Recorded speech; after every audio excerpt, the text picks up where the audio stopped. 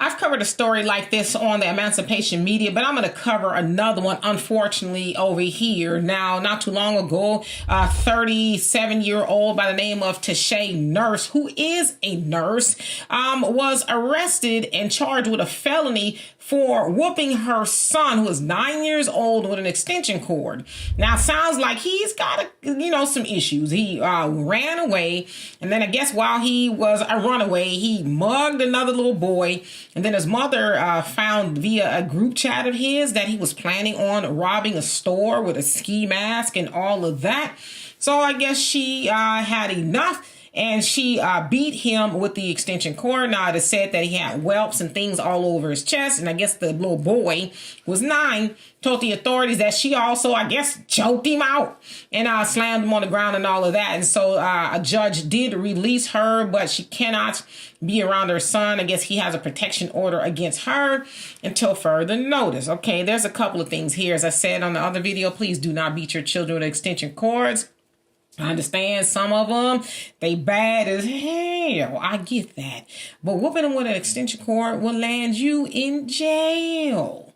So don't do that. And it is very brutal. It is. I know the child is acting up, but beating your child with an extension cord is from that of the plantation. Now, I know people who have been beaten with extension cord. My homegirl, she got a C. Like, it looks like a C. The letter C on her arm. And she said her mama said that stand for my initial, right? She got hit with an extension cord for being bad or whatever it is. So it's not unusual, especially in our community, but it should be. We should learn how to parent with our minds and not our hands. Now, let me go back to all the stuff that he was doing. My question is, where's a 9-year-old learning about robbing stores and mugging people and running away and all this other stuff? Where is he learning that from? Now, again, I know his mom, they say she's a single mom, and her attorney says she's a good parent, single mom doing the best she can, and all that may be true, right? And she's a nurse, so nurses sometimes works a lot of hours or whatever, but what is your son doing to where he's learning about these things, and where is he learning them from? Is he watching TV unsupervised, playing on video games, or phone, like what, and who is he hanging around with that he's planning on doing these things with? See, to me, those are, I don't know if the questions are more important, but I think they kind of are. Like, where is he learning to be influenced to do those things from?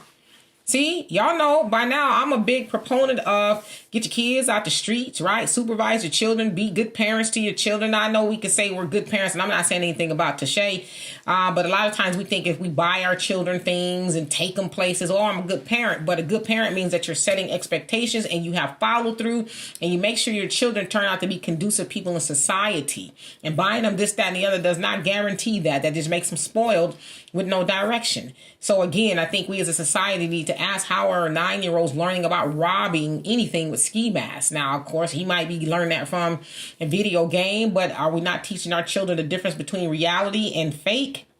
Because on video games, they get back up right after they rob and get pew-pewed or whatever it is. But in real life, that's not the case. 9-year-olds, especially black 9-year-olds, they go to jail. Right? They throw 9-year-olds in jail and sometimes throw away the key, especially if somebody gets harmed. So we have to start asking better questions and acting upon those things, right?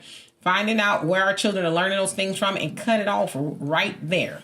Do not allow them any more access that's unsupervised to anything, because especially, I didn't grow up with the internet, and my daughter really didn't either. It came about when she was, in like junior high or something like that.